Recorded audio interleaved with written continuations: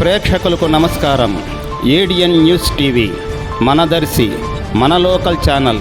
ADN news TV ప్రేక్షకులకు నమస్కారం. వార్తలు చదువుతుంది మీ ప్రసన్నారాం.